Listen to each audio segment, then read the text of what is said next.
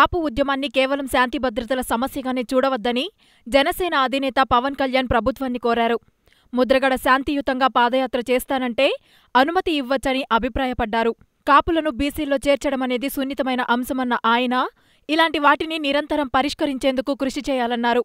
ప్రభుత్వం ఏర్పాటు చేసిన కమిషన్కు కాపులు, బీసీలు తమ అభిప్రాయాలను తెలియజేయాలన్న పవన్, కాపులకు రిజర్వేషన్లు కల్పిస్తామని ఎన్నికల మేనిఫెస్టోలో చేర్చినప్పుడు ఎవ్వరూ ఎందుకు మాట్లాడలేదని ప్రశ్నించారు. ప్రతిసారికి నాకు ఈ కాపులు రిజర్వేషన్ గురించి నాకు ఒక సమస్య ఉంటుంది. నాకు దీంట్లో సున్నితమైన అంశం ఏంటంటే, నేను కాపు కులానికి చెందినవాడిని. నాకు చిన్నప్పటి నుంచి నాకు కులాలు, మతాలు, ప్రాంతాలు నాకు ఎప్పుడు తెలియదు. కాకపోతే రాజకీయాలకు వచ్చాక, ఇది నేను సినిమాల్లో ఉంటే నాకు కులాలతో అవసరం లేదు, కానీ రాజకీయాల్లోకి వచ్చి ఖచ్చితంగా కులం తాలూకు కులం మీద ఒక అవగాహన కావాలి. అది నాకు ముందు నుంచి ఉంది, కానీ కాకపోతే నాకు అంత అవసరం లేకపోతే ఇప్పుడు దాన్ని నేను మాట్లాడలేదు, నేను దాన్ని పాటించలేదు.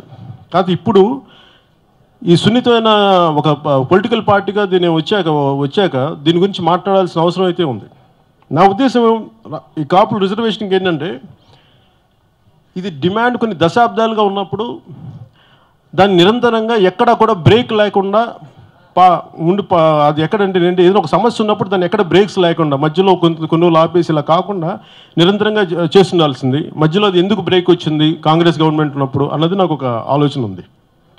అలాగే తెలుగుదేశం పార్టీలో ఆ రోజు మేనిఫెస్టోలో పెట్టినప్పుడు అప్పుడు ఎవరు అభ్యంతరాలు చెప్పలేదు, అండ్ ఇంక్లూడింగ్ నేను అనేది బీసీసీఎల్ ఆర్ కృష్ణయ్య గారు కూడా వారికి నేను క్యాన్వాసింగ్ చేశాను హైదరాబాద్లో.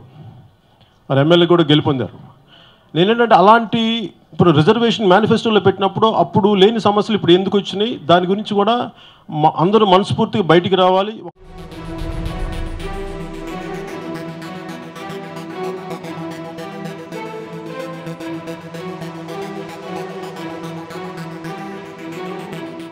హాయ్ యూట్యూబర్స్, మరిన్ని మంచి వీడియోల కోసం సబ్స్క్రైబ్ చేయండి. దాంతోపాటే బెల్ ఐకాన్ పై క్లిక్ చేయండి.